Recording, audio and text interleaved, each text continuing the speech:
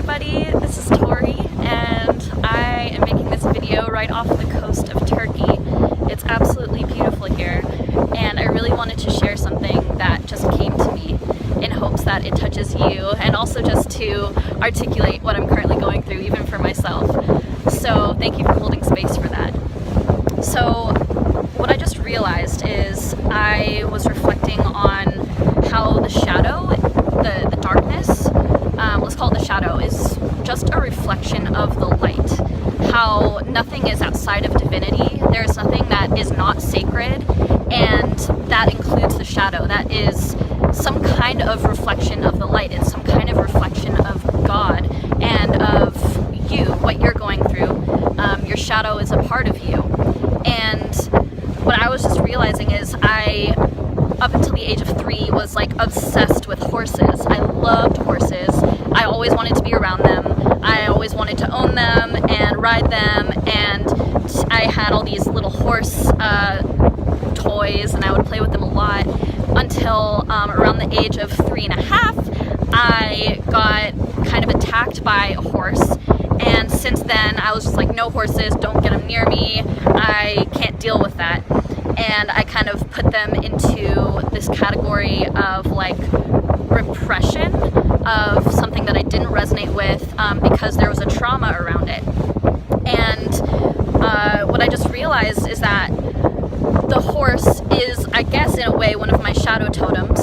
Bee would be my main shadow totem. I also got attacked and swarmed as a child. I have many experiences with bees as a kid, and bee has been a powerful part of me reclaiming what my medicine is, because I realized that actually a huge part of my life purpose has to do with bee.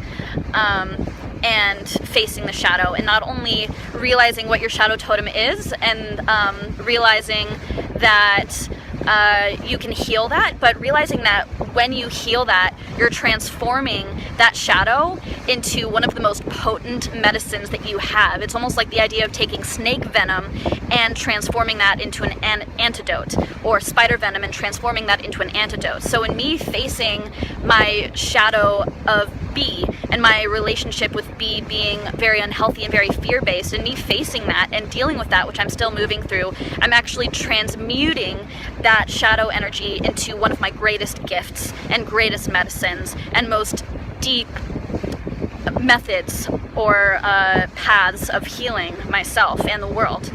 And so I was just sitting there reflecting on horse, realizing during a profound spiritual experience how horse came up, and I was finally able to see horse as some medicine.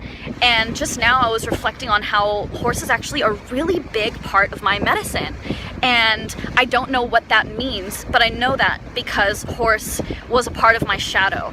And I can now realize that whatever I had repressed or feared and stuffed into my shadow, when I face that, so my memory just died in the middle of doing that, but what I was getting to is when I face that shadow and really see the lesson and the deep and profound opportunity that it gives me, I am able to pull the medicine out, like extract the medicine out of that, allowing it to be a part of what I bring to myself and by extension to the world as a powerful, powerful tool of healing.